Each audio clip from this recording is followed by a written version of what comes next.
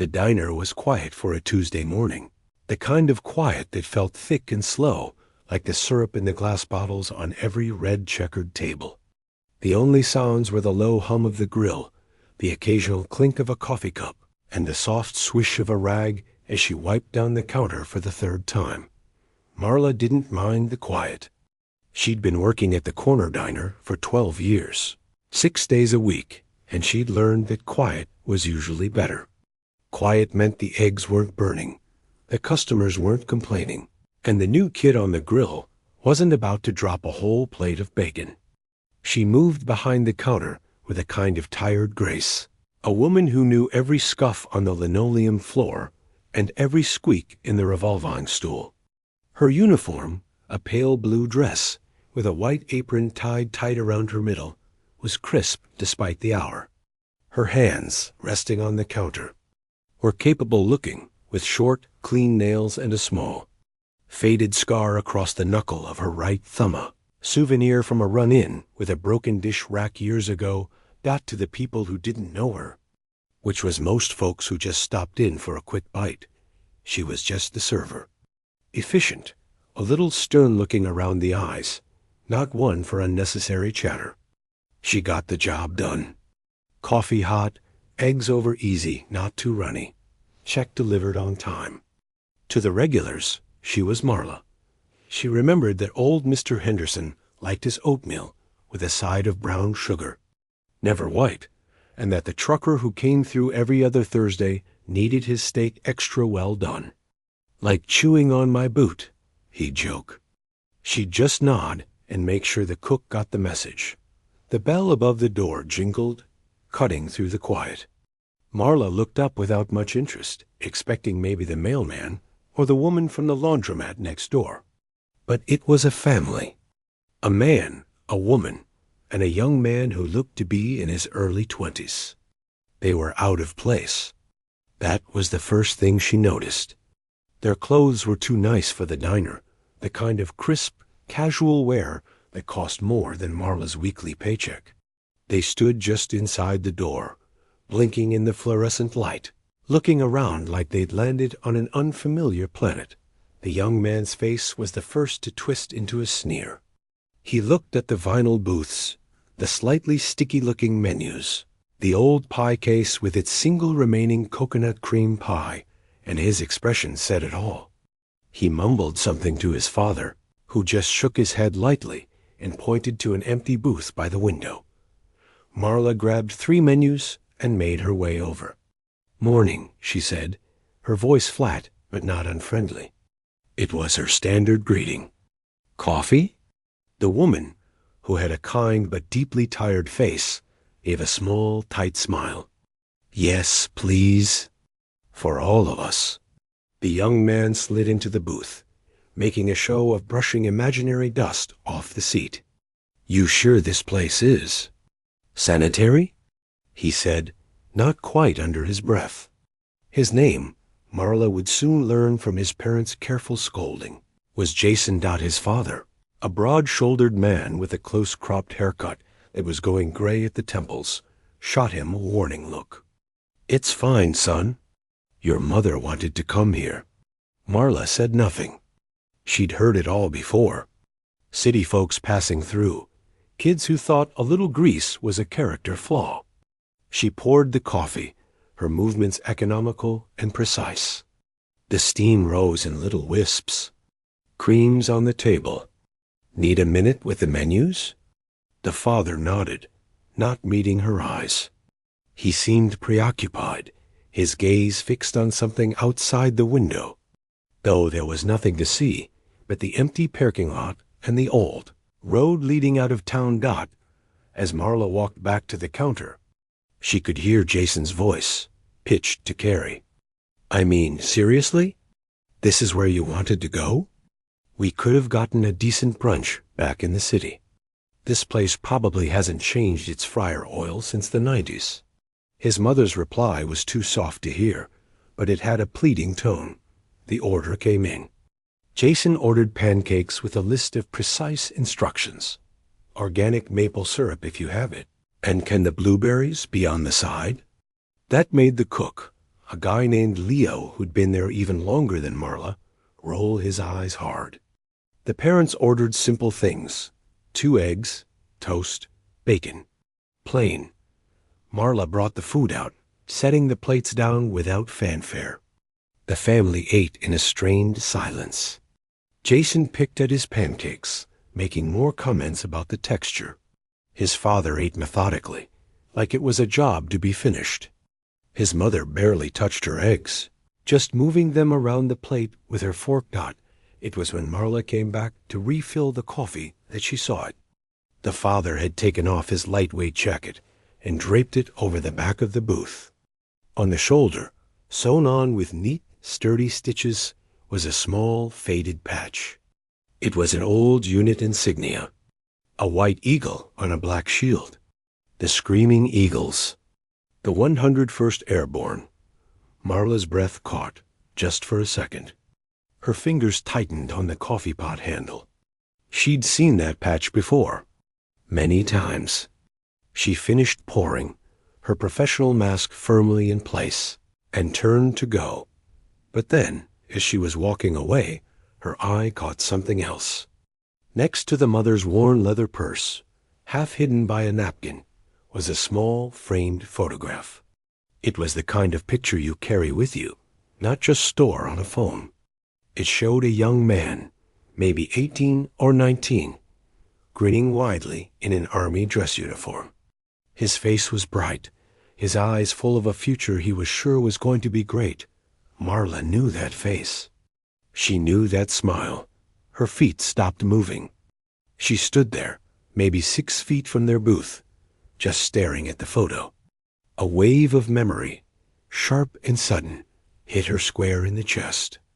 It was like a door she'd kept carefully locked for years had been blown right open. Jason noticed her staring. He followed her gaze to the photo of his brother, and his face, already sour, hardened. He put a protective hand near the picture. "What?" he said, his voice loud and challenging in the quiet diner. "You got a problem? Or are you just another one of the people in this town who thinks they own a piece of him because he was from here?" His mother gasped. "Jason, don't." But Jason was on a roll, his own guilt and discomfort fueling his anger at this stranger's staring. "What? Did you see him once at a parade or something? Think that makes you an expert? Let me guess. You're going to tell us he was a hero and try to make us feel better."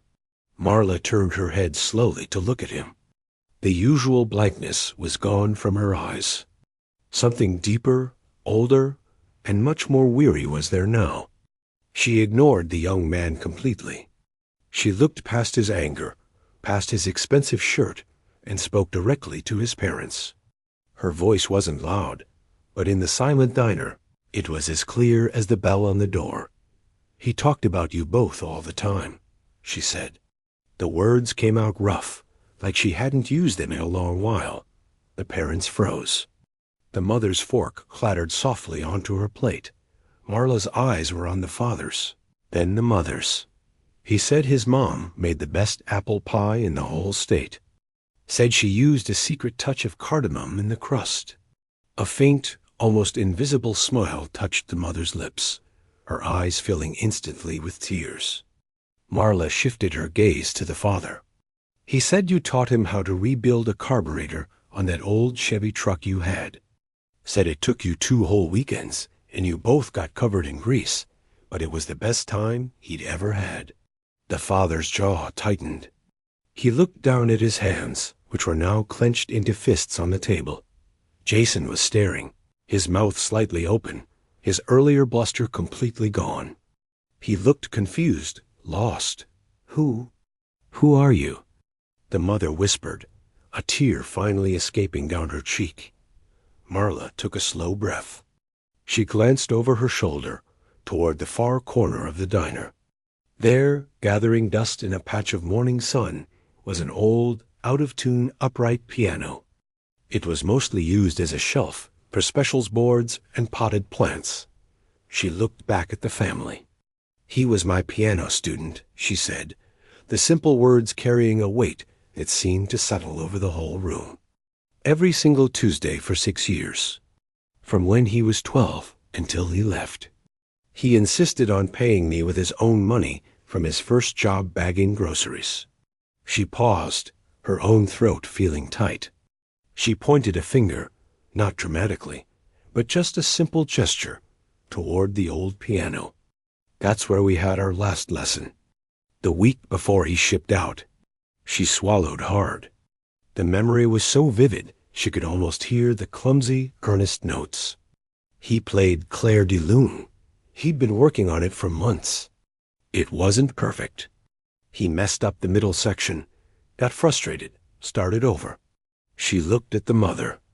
But when he finished, he was so proud. He said he wanted to play it for you when he came home. A thick, heavy silence filled the diner. The only sound was the soft, hiccuping sob from the mother as she pressed a napkin to her mouth.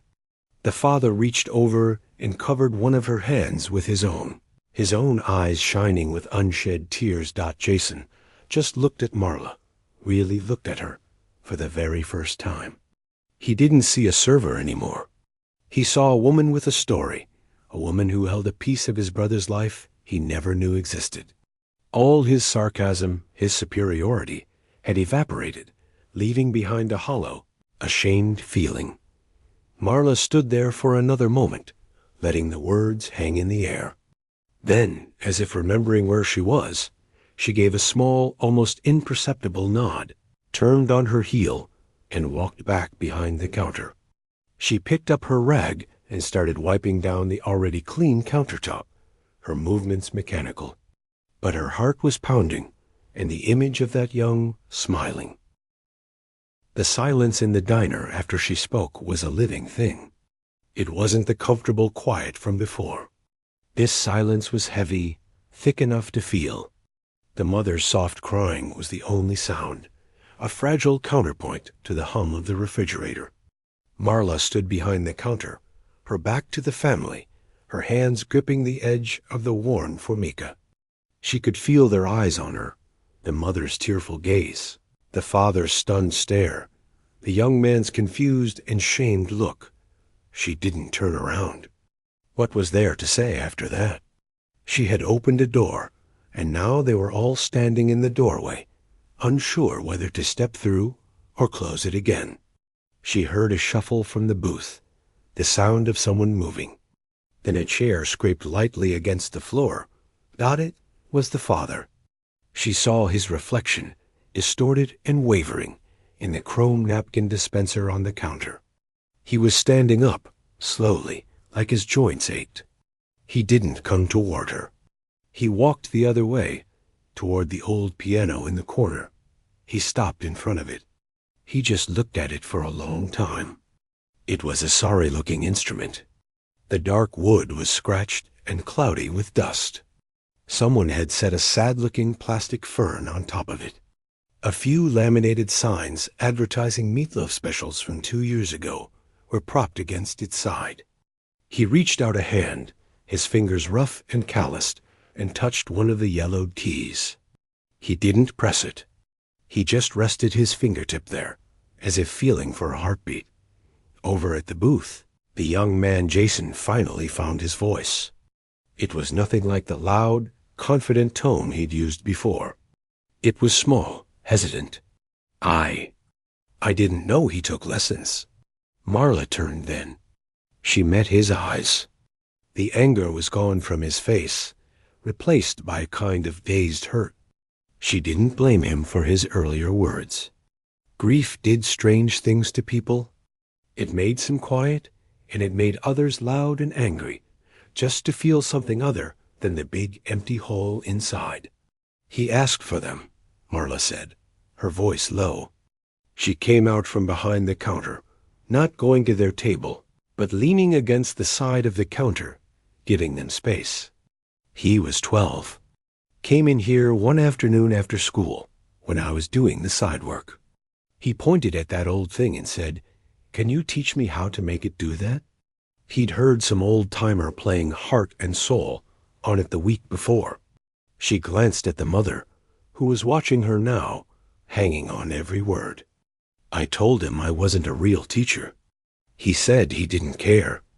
Said he'd bust tables to pay for it. He was so determined. A real, genuine smile, soft and full of memory, touched Marla's lips for the first time. Stubborn, too. Once he learned the scales, he wanted to jump right into the hard stuff. Movie themes, rock songs. I had to make him learn his theory. He hated it. Called it arithmetic for your fingers. But he did it. The father turned from the piano.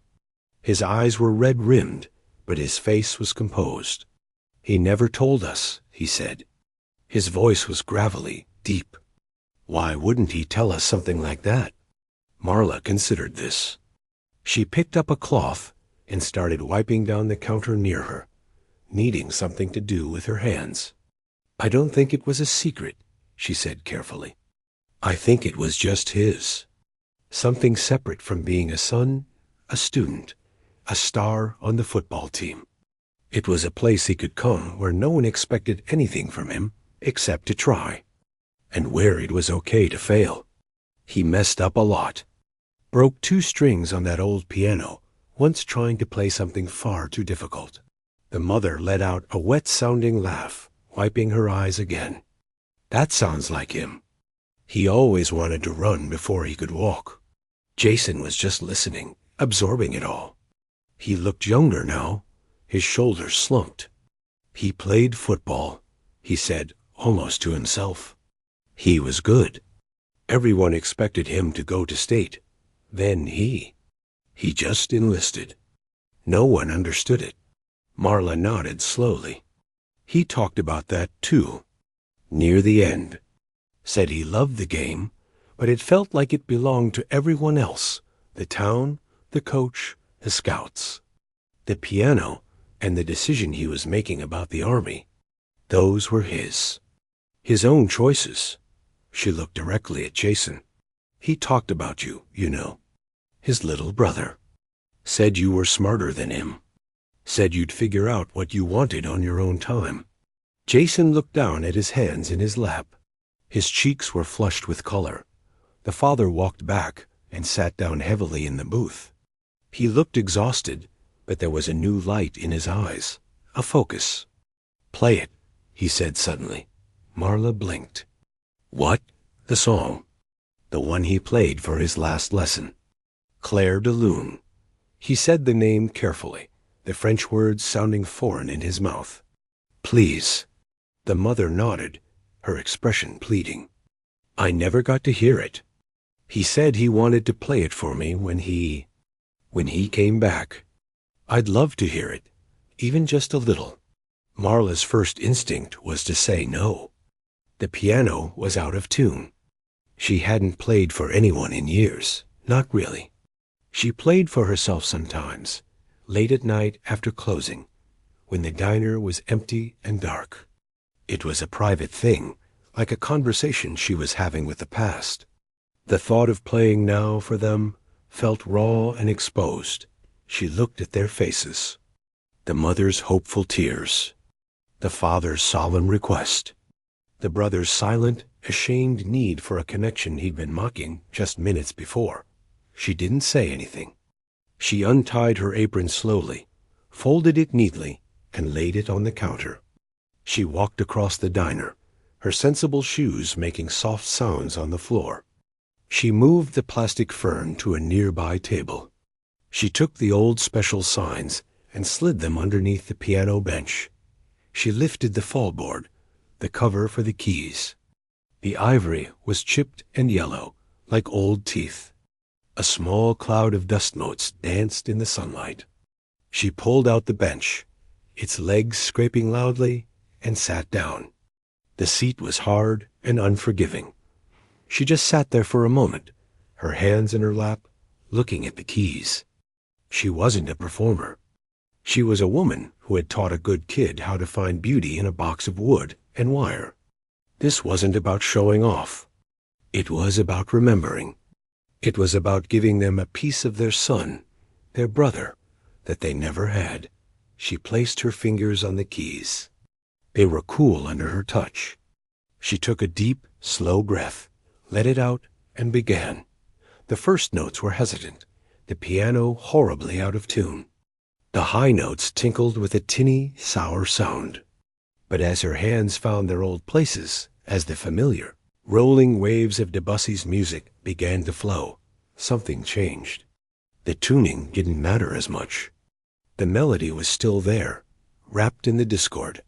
She played it simply, not with flashy technique, but with feeling. She played it the way she remembered him playing it, with a little too much force in the loud parts, a careful tenderness in the soft parts. She closed her eyes. She could see him, 18 years old. His broad football player's shoulders hunched in concentration over this very keyboard, his big hands trying so hard to be gentle, his foot pressing down on the sustain pedal at all the wrong times. She played his mistakes. She played his determination. She poured every memory of those Tuesday afternoons, the smell of frying onions from the grill, the sound of rain against the window, his laugh when he finally got a phrase right into the music. When she finished, the last note faded into the dusty air of the diner. She kept her hands on the keys for a second, then lowered them to her lap. She finally opened her eyes and turned to look at the family. The mother was weeping openly now, but she was smiling through her tears, her hand clasped over her heart. The father had his arm around her, his own face streaked with quiet tears. His head bowed. Jason was staring at Marla, his eyes wide. He looked like he'd been struck by lightning. All the cynicism, the city-bred cool, was completely stripped away. He was just a kid who missed his big brother. No one clapped. It wasn't that kind of moment. The sound of the old, out-of-tune piano hung in the air, more real and more beautiful than any perfect performance could have been. The father was the first to move. He stood up, walked over to the piano, and stood next to Marla. He didn't look at her. He looked at the keys. "Thank you," he said, his voice thick. "That was the best gift anyone could have given us. To hear a piece of him we never knew." He turned and offered his hand to Marla. She took it. His grip was strong, warm, and it held on for a second longer than a regular handshake. "You gave him that," the father said. "A place to be himself. We can never repay you for that." Marla shook her head. "He gave it to himself. I just showed him where the keys were." The family stayed for another hour. They drank more coffee. They talked. They asked questions, and Marla told stories, funny ones, frustrating ones, sweet ones. Jason asked, quietly, if he could see the sheet music for the song. Marla dug it out of the bench, the pages worn and marked with a young man's penciled notes. "Forte," he had written in one spot. "Slow down, dummy," in another. His mother held those pages like they were made of gold. When they finally left, the mood in the diner had completely changed. The weight was still there, the sadness of loss, but it was a softer weight now shared. The bell jingled as they went out. Marla watched them go. She saw Jason pause on the sidewalk outside the window. He looked back in, right at her. He didn't wave or smile. He just nodded, once. A nod of understanding, of apology, of thanks. She nodded back. Then she turned, tied her apron around her waist once more, and went to clear their booth. Under his coffee cup, Jason had left a tip. It wasn't money. It was a simple. The rest of the day passed in a kind of slow, quiet blur for her. The usual rhythms of the diner took over. The lunch rush came and went with its clatter of plates and shouted orders. The afternoon lull settled in with a few old-timers nursing cups of coffee. She moved through it all on autopilot, her hands doing their work while her mind was somewhere else entirely. The napkin note in her apron pocket felt like it weighed 100 pounds. Every so often, while wiping a table or carrying a tray, she'd touch the folded square of paper through the fabric, just to make sure it was still there. It was a strange feeling. For so many years, the memories of that young man had been hers alone, locked away in a private corner of her heart, along with the music. Letting them out, sharing them with his family, had left her feeling both lighter and strangely raw, like a scab had been pulled off an old wound. Leo, the cook, noticed. He was a big man with a graying beard and tattoos on his forearms from his Navy days. During a quiet moment, he leaned his elbows on the pass-through window. "Everything all right over there, Marla? You're moving like you're walking through glue." She just shook her head, not looking at him as she refilled the sugar dispensers. "Just tired, Leo." He grunted, not believing her for a second. He'd seen the family at the booth. He'd heard the piano, though he'd been too busy with the grill to come out and see. He'd also known the kid. Everyone in town had. That was the Miller family, wasn't it? Marla nodded silently. Thought so. Leo wiped his hands on his stained apron. Good people. Had a rough go of it. He paused, watching her. He was a good kid. Came in here sometimes after practice. Ordered a double chocolate milkshake. Always polite. He didn't say anything else, just gave her a long look before turning back to scrape the grill clean. That was Leo's way. He saw things, but he didn't poke. Later, when the dinner crowd was just starting to trickle in, the bell on the door jingled again. Marla looked up, expecting maybe a trucker, or a family coming in for an early supper dot. It was the young man, Jason. He was alone this time. He stood just inside the door, looking awkward and out of place again, but in a completely different way. Before, he'd worn his discomfort like a shield, a reason to look down on everything. Now, he just looked unsure, like he wasn't certain he was allowed to be there. He had his hands shoved deep in the pockets of his expensive jacket. Marla put down the menu she was holding and walked over. She didn't smile, but her face wasn't closed off either. It was just neutral, waiting. "Hi," he said. His voice was quiet. "Hello," she replied. "My parents are back at the hotel. They're pretty wiped out.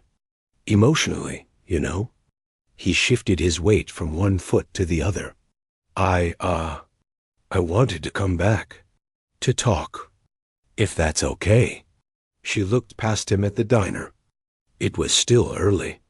A couple of booths were occupied, but Leo could handle it for a few minutes. "Booth or counter?" she asked. "Counter's fine." He slid onto a stool near the end, away from the other customers. She poured him a cup of coffee without asking and set it in front of him. Then she came around and leaned against the counter opposite him, her arms crossed. She wasn't on the clock right now. She was just a woman talking to a young man who had something on his mind. He took a sip of the coffee, winced slightly at the bitterness, but didn't ask for cream or sugar. He seemed to be gathering his thoughts, staring into the dark liquid. "I owe you an apology," he started, the words coming out in a rush. "A real one, not just a note. The things I said, I was way out of line. I'm really ashamed." Marla nodded slowly. Apology accepted. It was that simple. He looked up, surprised by the lack of drama. He'd probably been braced for a lecture, for coldness. Her easy acceptance seemed to throw him. "You don't have to. I mean, I was a real jerk." "You were hurting," she said. It was a statement, not an excuse. People do strange things when they're hurting. They push away the very things that might help, just because it's easier than feeling the pain. He swallowed hard, his eyes glistening. He looked down again. "I miss him so much, and it makes me so angry. At everything. At this town for remembering him as a football star or a soldier, but never really knowing him. At my parents for being so sad all the time. At myself for not being more like him." He let out a shaky breath. "And then I come in here and take it out on you. Someone who actually did know a part of him. It's so stupid. It's human, she corrected gently. You thought you were the only one carrying the real, complicated version of him. You thought this place, she gestured around the diner, and people like me had turned him into a simple story. A hero on a poster. It's easier to be angry at a poster than to miss a real person. He was quiet for a long moment, absorbing that. How did you?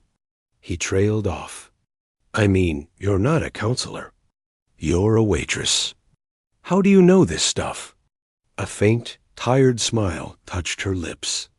A diner is just a room full of people passing through, son. You see a lot of life from behind this counter. People getting engaged over pie. People getting fired over bad coffee. Families fighting. Families making up. You see people at their best and their absolute worst, and most of the time, it all comes down to the same few hurts, the same few hopes. After a while, you start to recognize the patterns. He studied her face then, really looked at her.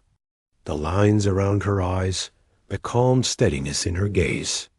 You loved him, he said softly. It wasn't an accusation. It was a realization. Of course I did, she said, her voice firm and clear. He was a wonderful young man, full of fire and curiosity and a stubborn kindness. He was my student. You don't spend 6 years every Tuesday with someone and not care. She paused. But it's a different kind of love than yours. I didn't lose a brother or a son. I lost a bright spot in my week. A reminder that good things can grow in unexpected places. My grief is small next to yours. But it's real. Jason wiped at his eyes with the back of his hand. He never mentioned you. Not once. That's what kills me. He had this whole other life. This thing that was so important to him, and we knew nothing about it. Maybe that was the point, Marla offered. Maybe it wasn't about hiding it from you. Maybe it was the one thing that was just for him. Not the son, not the brother, not the athlete. Just the boy at the piano. Everyone needs a corner of their life that's just theirs. He nodded slowly, as if a puzzle piece was clicking into place. Would it be okay if I asked you some things? About those Tuesdays? My parents, they want to know everything, but they're too overwhelmed to ask. And I want to know who my big brother was when no one was watching. So she told him. She told him about the first day, when the boy had been so nervous he'd knocked over the piano bench. She told him about the time he tried to compose his own song, a terrible, clanging thing he called Ode to a Cheeseburger, and how they'd laughed until they cried. She described his concentration face, his tongue poking out the corner of his mouth. She talked about the day he finally mastered a complicated rhythm he'd been struggling with for months, how he jumped up and punched the air in triumph, then immediately looked embarrassed.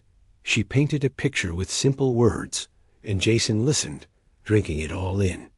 He laughed at the funny parts. He looked sad at the frustrated parts. For the first time since he'd walked into the diner that morning, his shoulders relaxed. He was lucky to have you, Jason said finally, his coffee gone cold. I was lucky to have him, she replied. He reminded me why I love music. It's not about being perfect. It's about trying. It's about putting something honest into the world, even if it's just for a few minutes in a dusty diner. Jason was silent for a while. Then he said, I don't know what to do now. With any of it. You don't have to know, Marla said. You just have to keep living. And maybe, sometimes, when you think of him, try to be a little more like the part of him you just learned about. The part that was stubborn and kind, and did something just for the joy of it, even if he wasn't the best at it. He slid off the stool. He pulled out his wallet, but Marla shook her head. The coffee's on the house. He didn't argue. He just put his wallet away. We're leaving tomorrow. Heading back home. But Would it be okay if we came by sometimes? When we were in town to visit To visit. This is his place too, Marla said, nodding toward the piano in the corner. You're always welcome here. He gave her another nod, that same grateful, understanding look from earlier. Thank you. For everything. For the music. For the stories. For not throwing me out this morning. She just nodded back. He turned and left, the bell jingling softly behind him. Marla stood there for a minute, then picked up his empty coffee cup. As she washed it at the sink, she felt the tight, aching knot in her chest that had been there for years, since the day she'd heard the news about her former student finally begin to loosen. Just a little. It hadn't gone away. Grief never does.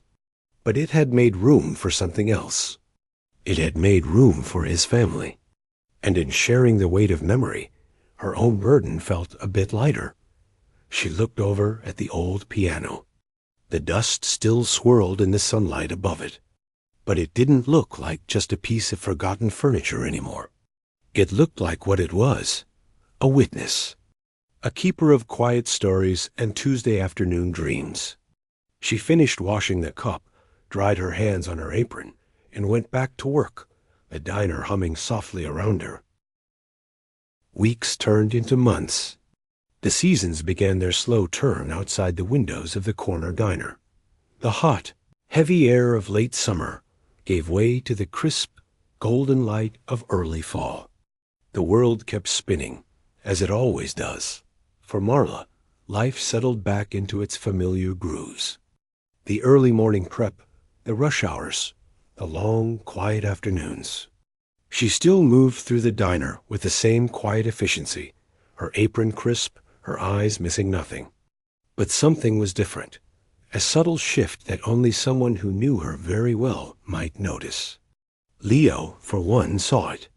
He saw the way her gaze would sometimes drift to the old piano, not with sadness, but with a kind of quiet recognition. He saw that the set of her shoulders was just a little less rigid. The family came back. The first time was on a Saturday afternoon, about 6 weeks after that first raw morning. The bell jingled, and there they were. The father, the mother, and the brother. They weren't dressed up this time. They wore simple clothes, jeans, and sweaters. They looked less like visitors from another planet, and more like people who belonged. Marla looked up from the coffee machine. A simple, genuine smile touched her lips. It was small, but it was real. Back booth? She asked. The mother smiled back, her eyes warm. Please. She brought them coffee and menus, but they didn't really look at the food list. They ordered the usual simple, hearty food. As they ate, the atmosphere was different. The painful tension was gone, replaced by a soft, shared melancholy that felt more like remembrance than fresh grief. They talked in low voices. The mother glanced often at the piano. When they were done, the father gestured to Marla. She walked over. Would you mind? He asked, nodding toward the corner. Just if you have a moment. No special song, just something. Marla looked at their hopeful faces. She untied her apron, folded it, and walked to the piano. This time, it didn't feel like such a raw exposure. It felt like a gift she could give, a small thread connecting them. She didn't play Claire de Lune. Instead, she played something simpler, an old folk tune that was sweet and a little sorrowful. The piano was still out of tune, the notes still slightly sour, but the melody was clear and true. She played it softly, a background to their quiet conversation and their memories. When she finished, the mother came over. She didn't say anything about the music. Instead, she placed a small framed photograph on top of the piano next to the plastic fern. It was a different picture than the one she'd carried. This one showed the young man a few years older, in casual clothes, grinning and holding a guitar. He looked happy and completely himself. We thought he should be here, the mother said softly. In his corner. Marla looked at the picture and nodded. It's a good spot for him. That became the new pattern. Every few weeks, whenever they were in town, the family would come. They'd eat a meal, they'd talk, and they'd ask Marla to play a little. Sometimes it was just a few minutes, a simple song. Sometimes she played nothing at all, and they would just sit in the booth, looking at the piano in the photograph, finding a quiet comfort in the space where he had once been. The brother, Jason, started coming by on his own sometimes, too. He was changing. The sharp, angry edges were sanding down. He'd sit at the counter, order a slice of pie, and talk to Marla about normal things, his classes, his worries about the future, funny stories about his parents. He never said it, but it was clear he was trying to build a bridge to his brother through the woman who had known a side of him he'd never seen. One chilly afternoon in late October, Jason came in alone. The diner was empty, except for a couple of truckers in a far booth. He had a backpack slung over his shoulder. "Hey," he said, sliding onto his usual stool. "Hey, yourself," Marla replied, pouring him a coffee. Cold out there, freezing. He shrugged off his jacket. He was quiet for a minute, sipping his coffee. Then he unzipped his backpack and pulled out a small, flat, rectangular case. It was made of black cardboard, worn at the corners. He placed it carefully on the counter between them. "I was cleaning out the attic at home," he said, his voice casual, but his fingers tracing the edge of the case nervously. "Found this. My parents said. They thought maybe it belonged here." "With you?" Marla looked at the case. She knew what it was before she even touched it. A familiar old feeling stirred in her chest. She reached out and flipped the little metal clasps. They opened with a soft snick. Inside, nestled in faded blue velvet, was a stack of sheet music. On top was a book of beginner piano exercises, the cover creased and stained with what looked like a splash of chocolate milk. Underneath were photocopies of pop songs, movie themes, the ambitious classical pieces she'd given him as challenges. And there, in the middle of the stack, was the sheet music for Claire de Lune. It was covered in pencil-marked circles, arrows, reminders. In the margin at the top, in his messy teenage handwriting, he had written, "Asterisk for Mrs. Arnold's class." Try not to suck. Asterisk. Mrs. Arnold had been his stern, ancient English teacher. The note was a private joke between them from a lesson years ago, when he'd been frustrated with a difficult passage, and she told him to play it like he was explaining it to Mrs. Arnold. With patience and careful precision, Marla touched the paper. It felt fragile, precious. She could see his hand holding the pencil, his brow furrowed in concentration. "He left it at home," Jason said quietly. "The day he shipped out. It was on his dresser. My mom couldn't bear to look at it, so she boxed it all up. I think he meant to come back for it." Marla carefully lifted Claire de Lune sheet music. Underneath it, at the very bottom of the case, was something else. A single unmarked CD in a clear plastic sleeve. She looked at Jason, a question in her eyes. He shrugged, looking surprised. "I don't know what that is. I never saw that before." She picked up the CD. There was no label, no writing of any kind. Her heart began to beat a little faster. Without a word, she walked over to the old CD player on the shelf behind the counter, the one Leo used to listen to classic rock stations.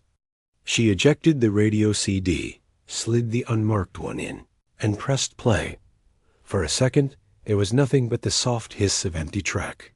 Then, a sound filled the diner. It was the piano. Their piano.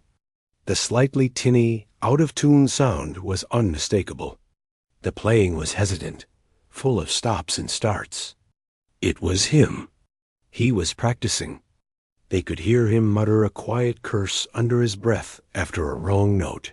Then the sound of him sighing and starting the phrase over. Marla stood frozen behind the counter, her hand over her mouth. Jason had swiveled on his stool, his face pale. The recording was rough, probably made on an old handheld recorder. You could hear the distant clang of pots from the kitchen, the murmur of the diner's old air conditioner. It was a Tuesday afternoon, captured in time. He was working on the middle section of Clair de Lune, the tricky, flowing part. He played it through once, messing it up badly. He stopped. There was a long pause. Then his voice, young and a little frustrated, filled the quiet diner. Okay. Mrs. Arnold's class. Don't suck. He took a deep, audible breath, and then he began again. This time, he played it slowly, painstakingly, note by careful note. It wasn't fluid or beautiful. It was work. It was determination. You could hear the space between each note, the effort of his brain telling his fingers what to do. He made it through the difficult passage. It was clumsy, but it was complete. There was another pause on the recording. Then, a different voice, Marla's own voice, younger sounding, but just as steady, came through the speakers. Good. Now do it again. And this time, don't think about the notes. Think about what the moonlight feels like on water. Cool and silver and quiet. The young man on the recording let out a soft laugh. That's way harder. I know, her recorded voice said. That's why it's worth doing. The recording ended there, with the soft click of the recorder being turned off. Silence rushed back into the diner, deeper and more profound than before. The two truckers in the booth had stopped talking and were just sitting, looking at the counter. Tears were streaming freely down Marla's face. She made no sound. She just let them fall. Jason was crying too, silently, wiping his cheeks with the heels of his hands. He looked from the CD player to Marla, his expression one of awe and heartbreaking gratitude. He had come here looking for scraps of his brother, for stories. And he had just been given his brother's voice. Not as a memory from someone else, but directly. A moment of struggle, of guidance, of a connection between a teacher and her student, preserved like a fossil in amber. Marla walked back to the counter on legs that felt unsteady. She carefully took the CD out of the player and slipped it back into its case on top of the sheet music. She closed the black cardboard lid and snapped the clasps shut. She held the case in both hands, feeling the weight of it. "Thank you for bringing this home," she said, her voice thick. Jason just nodded. Unable to speak, she placed the case gently on the shelf below the counter, next to the napkins and the straws. A safe place. A place of honor. The bell on the door jingled as new customers came in, breaking the spell.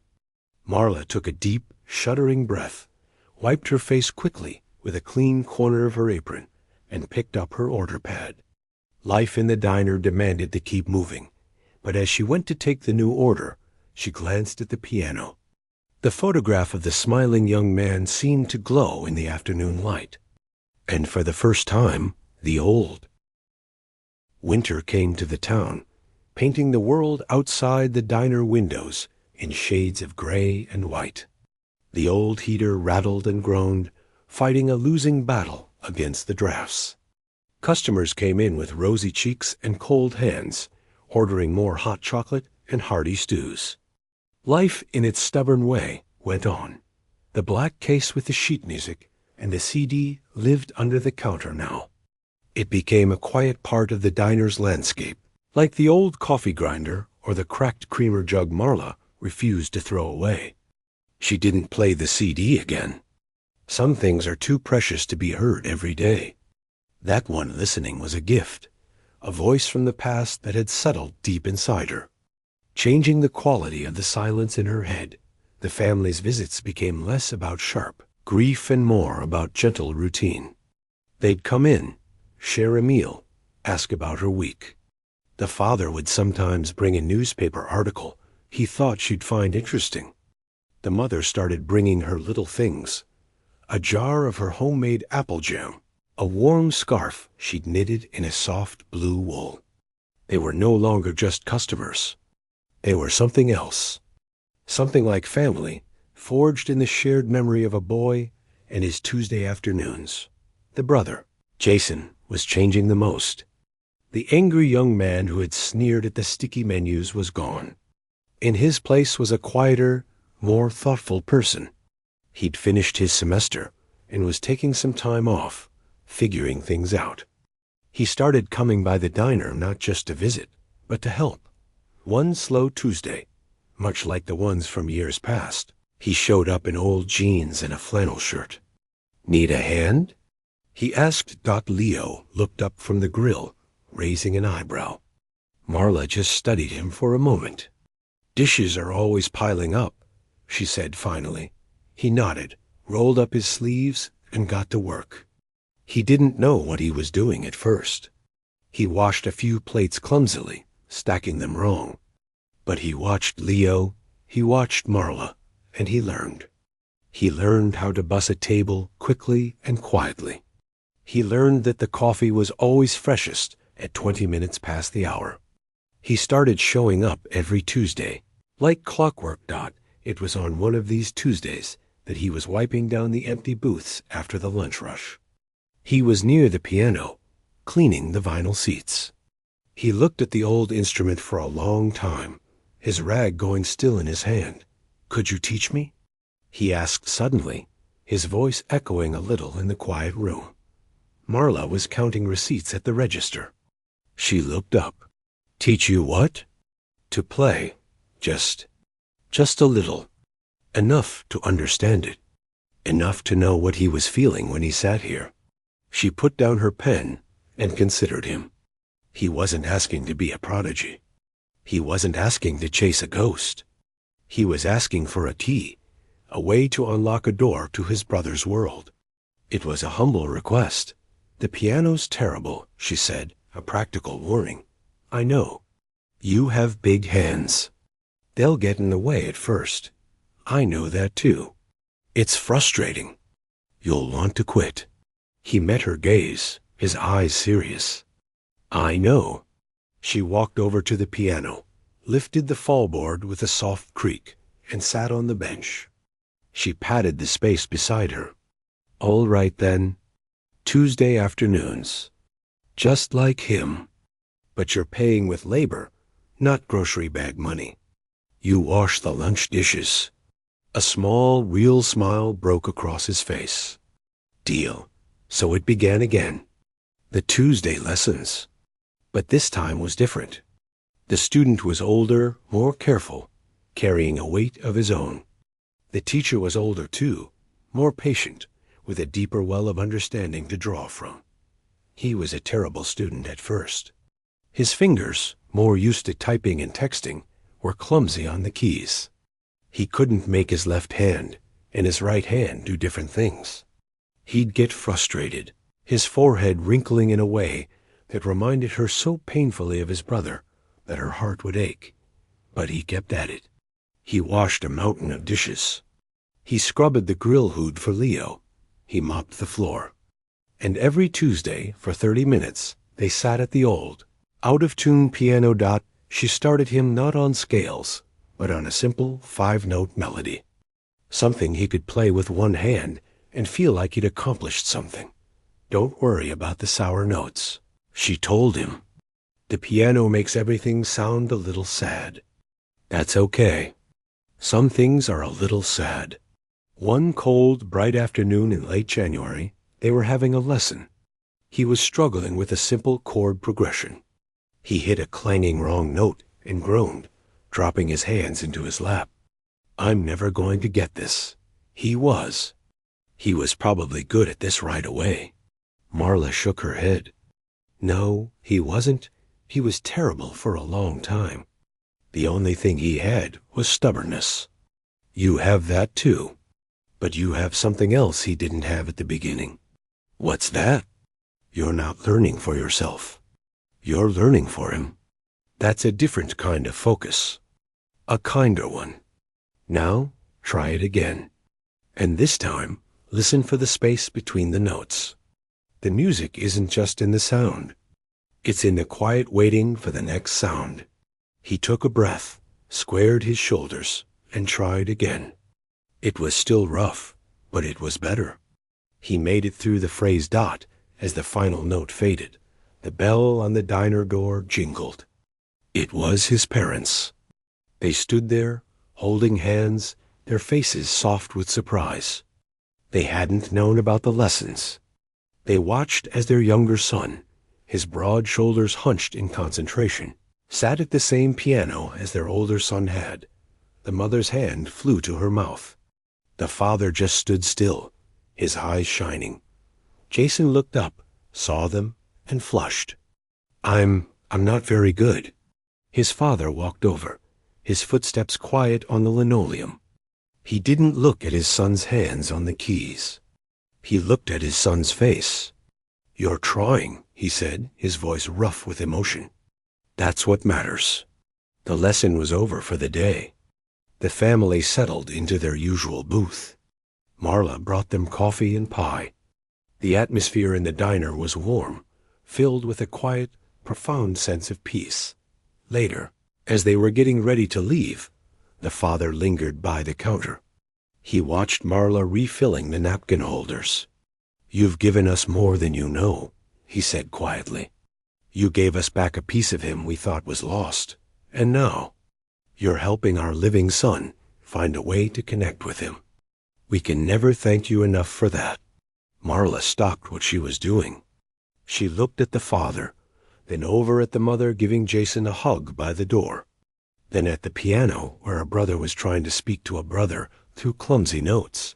You don't have to thank me, she said, her voice firm but gentle. This diner, it's just a place. But sometimes places hold things, stories, feelings. He left some of his goodness here. In that piano, in the memories.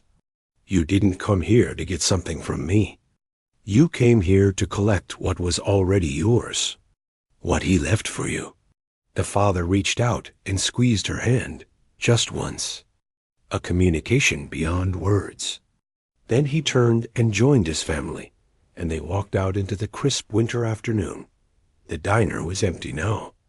The sun was low, casting long golden beams through the window, illuminating the dust motes dancing above the piano. Marla stood alone in the quiet. She walked over and sat on the bench. She didn't play. She just sat there, her hands in her lap. She looked at the photograph of the smiling young man.